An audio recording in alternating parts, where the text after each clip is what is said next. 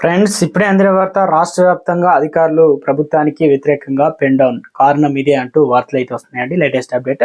ఆ వీడియోలు ఏంటనేది వీడియోలో చూద్దాం. ఫ్రెండ్స్, పూర్తిగా చూడండి. కంప్లీట్ ఇన్ఫర్మేషన్ అయితే మీకు అర్థమవుతుంది. ఇంకెవరైనా సరే ఛానల్ సబ్స్క్రైబ్ చేయకుండా వీడియో వస్తున్నట్లయితే వెంటనే ఛానల్ సబ్స్క్రైబ్ చేసుకుని బెల్ ఐకాన్ ఆల్ మీద ట్యాప్ చేయండి. ఇటువంటి ఇంపార్టెంట్ ఇన్ఫర్మేషన్ మిస్ అవ్వకుండా మీ ఫోన్ నోటిఫికేషన్ రూపంలో వస్తుందండి.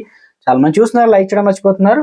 దయచేసి లైక్ చేయండి. ఇన్ఫర్మేషన్ అందరూ కూడా రీచ్ చేసిన తర్వాత మీకు లైట్ చేయకుండా వీడియోలోకి వచ్చినట్లయితే తెలంగాణలో ఉన్నటువంటి ఉద్యోగులు రాష్ట్ర వ్యాప్తంగా రవాణా శాఖ అధికారులు పెన్ డౌన్ అయితే పాటిస్తున్నారు. నిన్న ఖైరతాబాద్ ఆర్డీఏ కార్యాలయంలో జేటీసీ రమేష్ పై ఆటో యూనియన్ నేత దాడికి పాల్పడిన ఘటనకు నిరసనగా ఈ నిర్ణయం తీసుకున్నారు.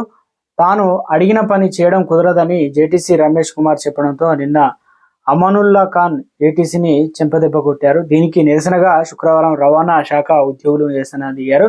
నిందితుడిని శిక్షించాలని డిమాండ్ చేశారు. అయితే రవాణా శాఖ కమిషనర్తో చర్చల అనంతరం పెన్ డౌన్ ఆలోచన విరమించుకొని నల్ల రిబ్బన్ ధరించి నిరసన చేపట్టారు. ఈ సందర్భంగా ఉద్యోగులు మాట్లాడుతూ భౌతిక దాడులు సరికావని ఆగ్రహం వ్యక్తం చేశారు. మరోవైపు దాడికి పాల్పడిన అమానుల్లా ఖాన్ ను పోలీసులు అరెస్ట్ చేసి జైల్లో తరలించారు.